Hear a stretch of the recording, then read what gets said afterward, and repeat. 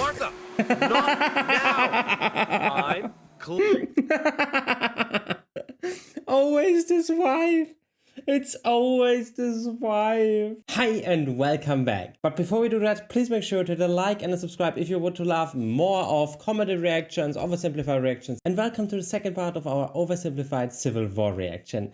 I absolutely love the first part and I'm so excited to see how all of that ends.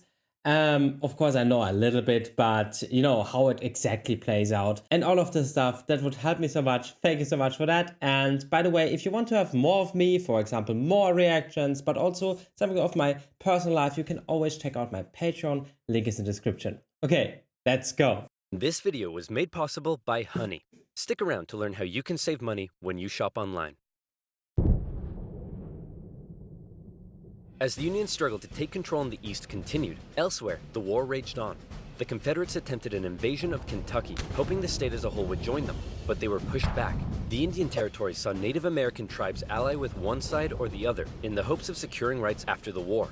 Along the Mississippi, General Ulysses S. Grant remained one of the few Union generals scoring major victories. With his best pal, General Sherman, by his side, Grant led his armies down the Mississippi to the Confederate stronghold of Vicksburg. Both sides knew that if Vicksburg fell, the Confederacy would be split in two, and the Confederates prepared for an intense defense of the city. But back in the East, Lincoln still wanted somebody to march south and take Richmond. Having given General McClellan the boot, he needed a new man in charge. All right, Mr. President. Option 1 is General Hooker. Bit of a nutcase, but a good general.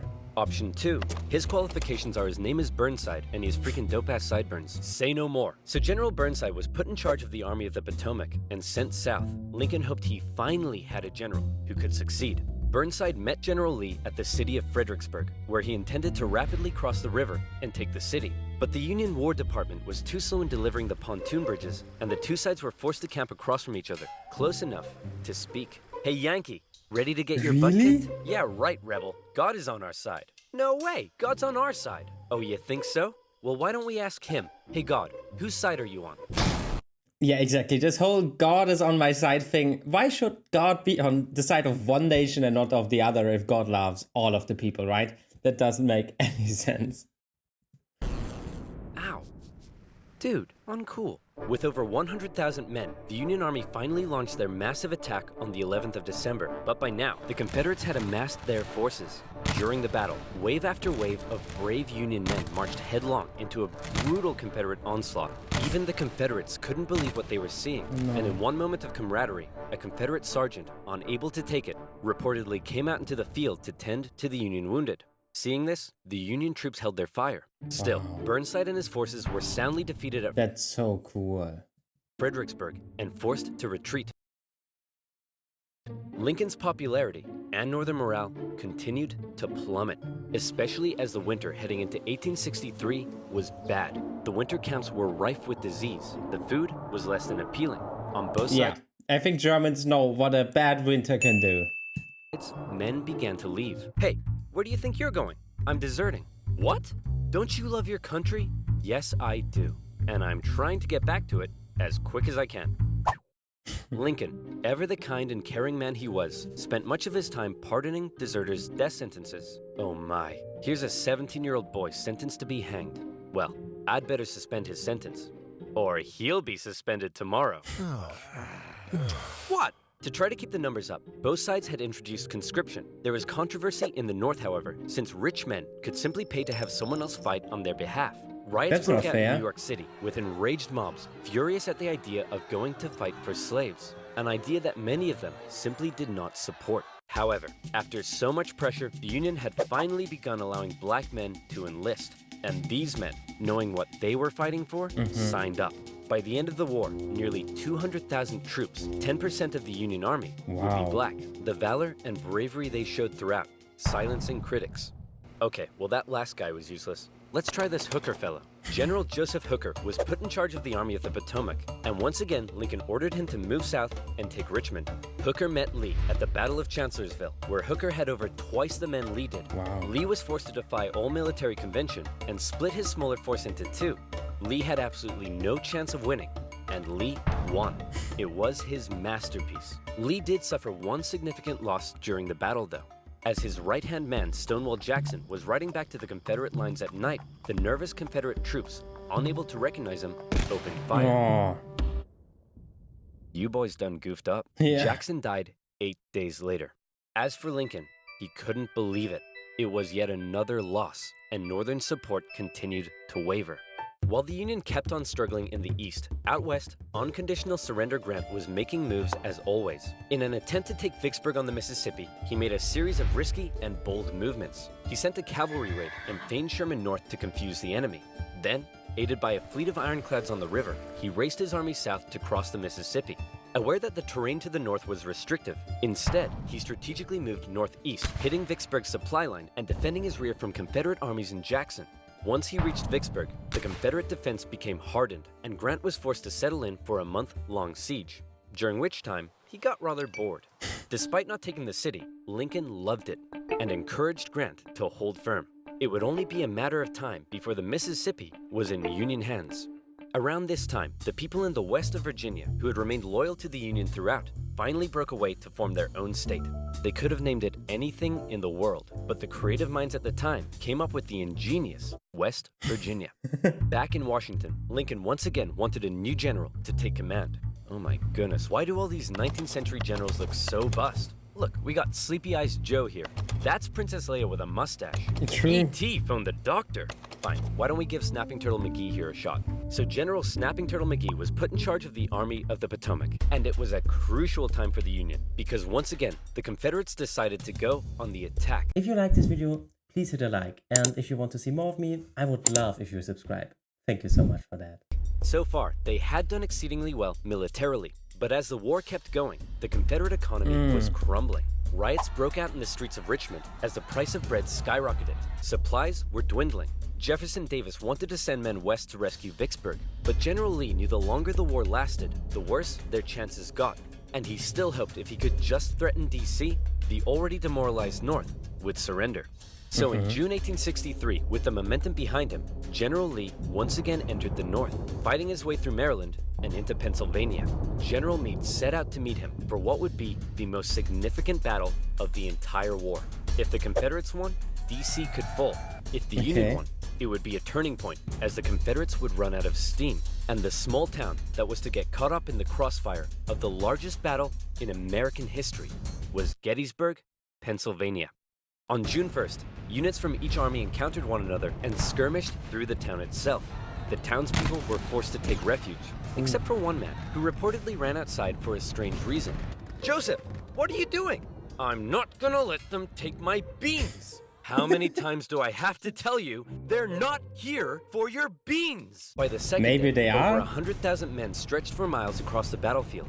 Lee took the initiative, deciding to hit the enemy's flanks, and he came very close to breaking through the Union's disorganized left.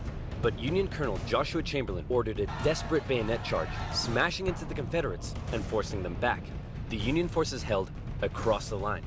On the final day, Lee believed the Union Army had fortified its flanks, so he decided to finish them off with one massive central assault. The Confederates rushed at the Union lines during General Pickett's charge, and this time, it was the Union's turn to unleash hell.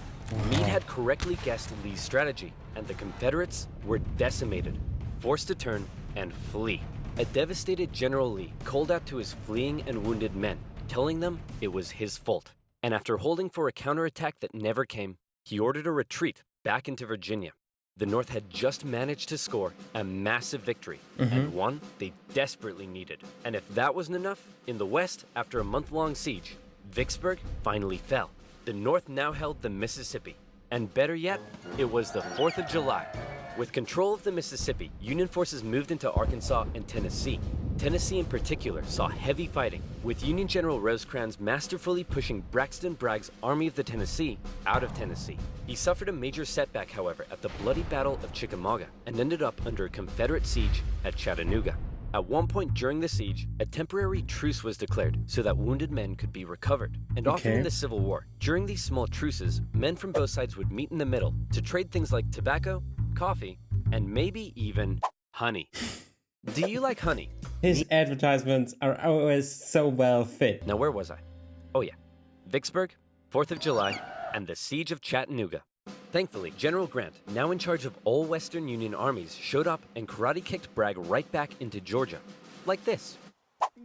Ooh. With Sherman and Hooker, Grant took on Confederate positions in the mountains around the city, including the famous battle above the clouds and Mission Ridge. Grant continued to be Lincoln's #1 guy. With these victories, Lincoln hoped the war was finally turning.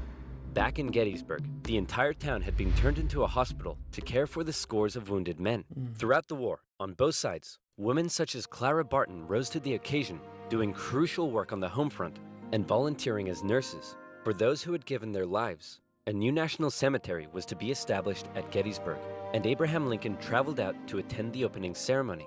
At the event, the main speaker spoke for 2 hours. Then, Abraham Lincoln was called forward to give some brief, appropriate remarks. In just 2 minutes, he masterfully and poignantly iterated America's national purpose and the need to continue the fight.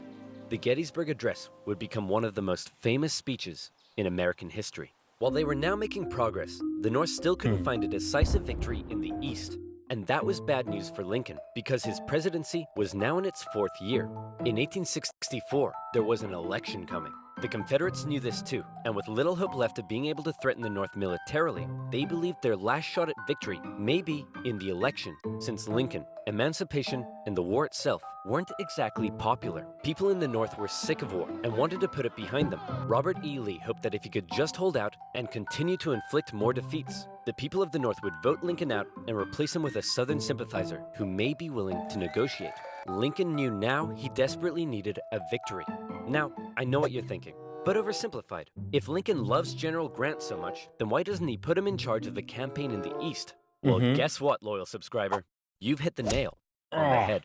You're bold, Grant. I'll grant you that. I'm promoting you to General-in-Chief, and I ain't taking you for granted. Now, I want you to go defeat Lee. Grant me my wish. Please stop. So Grant was put in charge, and he came up with a new plan. He wanted to press the Confederates on all fronts, with General Banks to capture Mobile, Alabama, General Sherman moving south to Atlanta, and Grant joining the Army of the Potomac as they advanced through Virginia. In May 1864, that plan went into action.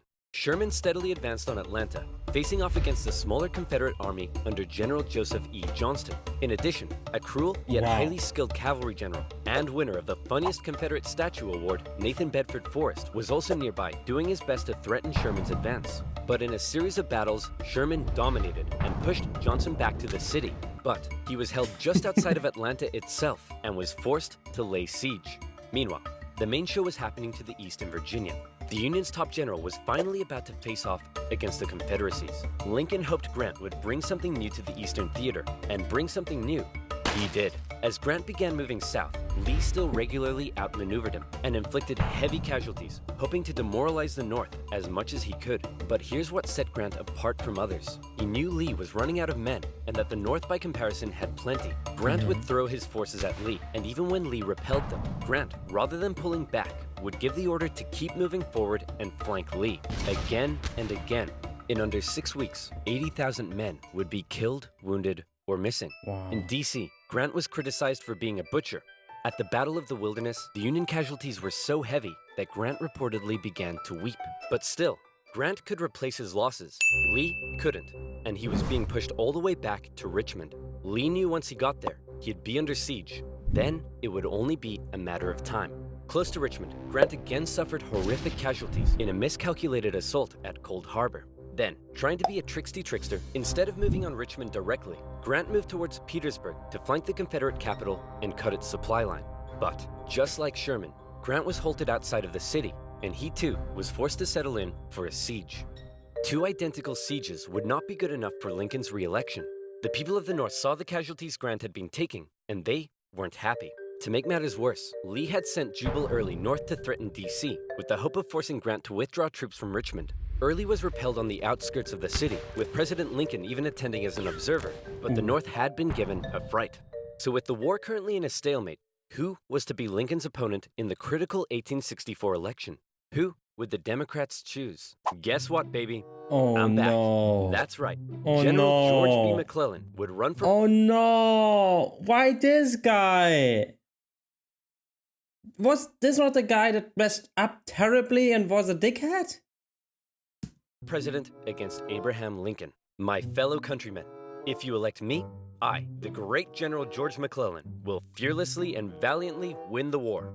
Unlike this douchebag, many Democrats, however, including McClellan's running mate, wanted to end the war. So it's possible McClellan may have ended up fearlessly and valiantly making peace with the Confederates, which is exactly what they were hoping for. With the war in a stalemate and Lincoln still not popular, it looked like McClellan would win, and the Confederacy may have a chance at surviving after all.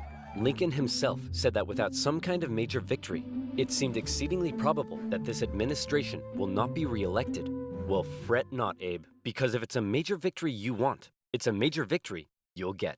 Atlanta had been under siege by General Sherman for just over a month. After a number of battles around the city, Sherman sent a force south to sever the city's supply line, and Confederate General Hood was forced to abandon it.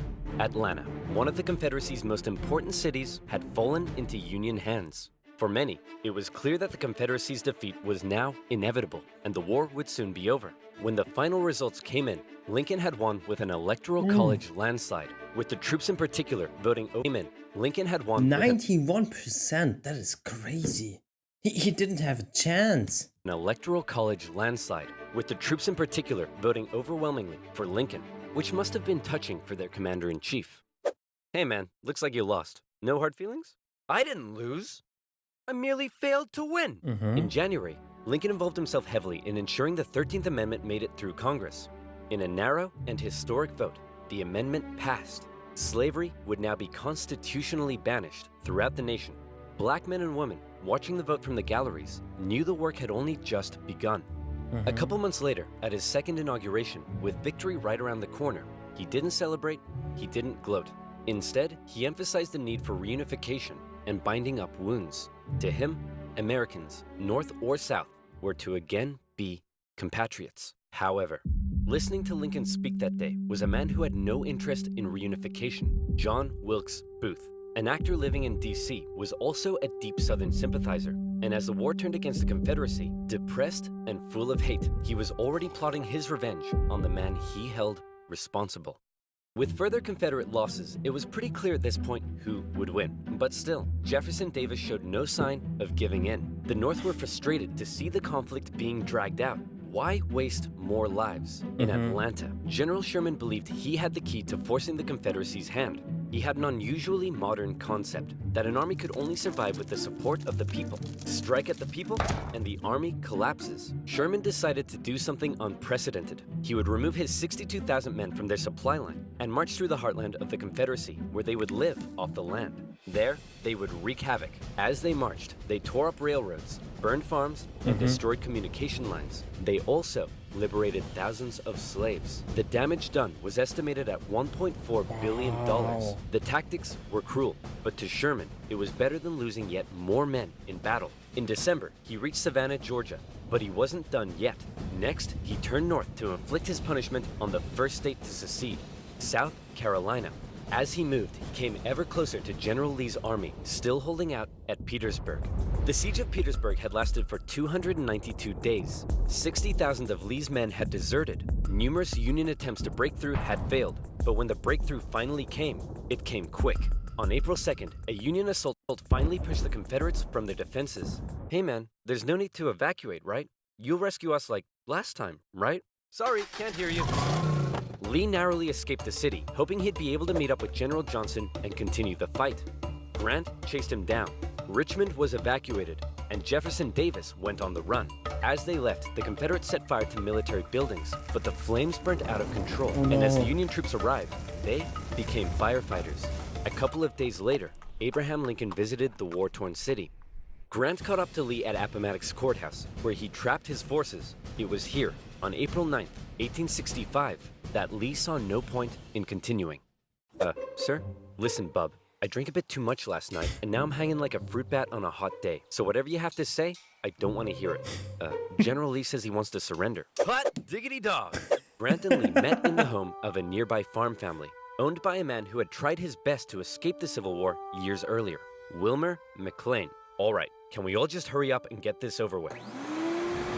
Martha! Not now! I'm clear. Always this wife. It's always this wife. leaning. Oh my god, I hope he gets a divorce. I hope he gets a divorce. Do you want us to get rats? Grant and Lee, after years of war, now spoke respectfully to one another.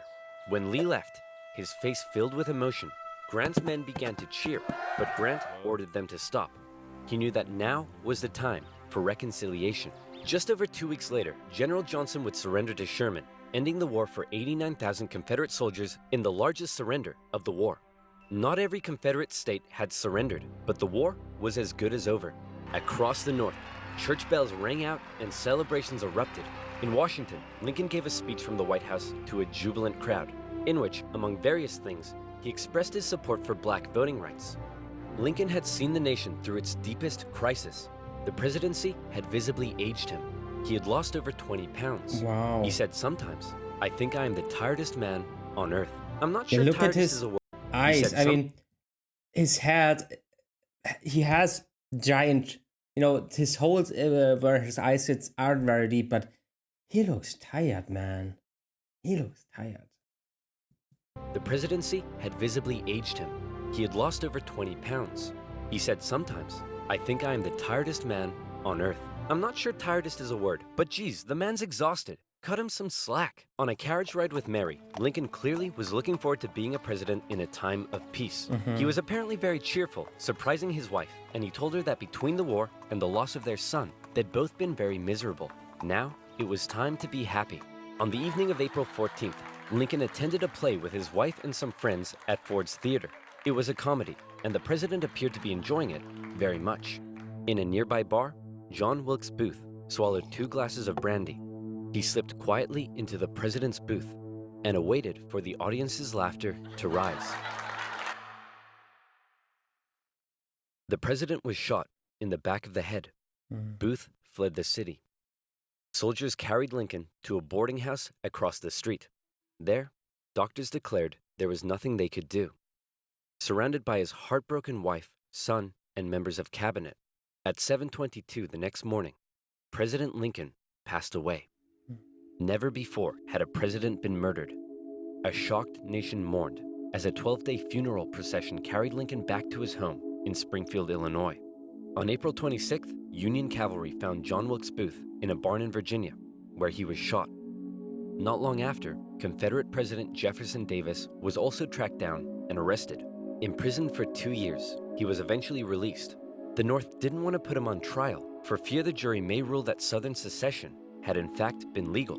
Oh, To okay. ensure reconciliation, other Confederate generals and politicians were allowed to re-enter life in the now restored Union. Scattered fighting continued into May, when the last Confederate forces in Texas disintegrated. The southern states came under Northern military occupation to prevent any further rebellion, and a very difficult era of Reconstruction began. Over 3 million Americans had fought, brother Wow. against brother. The Civil War remains the bloodiest conflict in U.S. history, but the Union had been preserved. You could say the real winners were those who were to never again be slaves. Further amendments passed by Congress gave black individuals the right to citizenship and to vote. Significant progress had been made. However, Could entering women vote at the time? Or was it just black men? into the 20th century, it was clear the fight for equality would continue. In modern America, the man who fought to preserve the nation and never gave up in the darkest of times stands as a symbol of honesty, empathy, humility, perseverance, and courage. A continuous reminder of what has forged America and what it should ever strive to be. What a beautiful ending. Wow.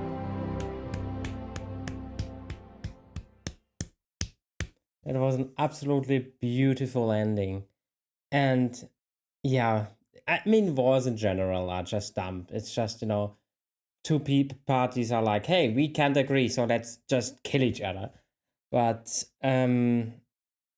it's crazy how good the states grew together. I heard sometimes in the comments that there are still many separations between the states, and some people just still wave the Confederate flags and something like that.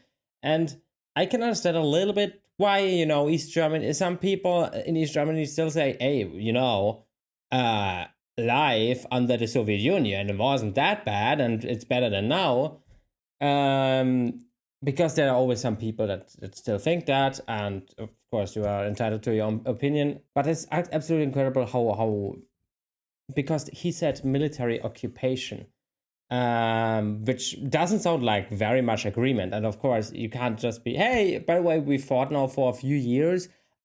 We don't do anything with you, okay? Just do your shit again, and we see if we fight again. That is not the thing, you have to occupy it. But yeah, still, it's crazy how good the states grew together, I would say.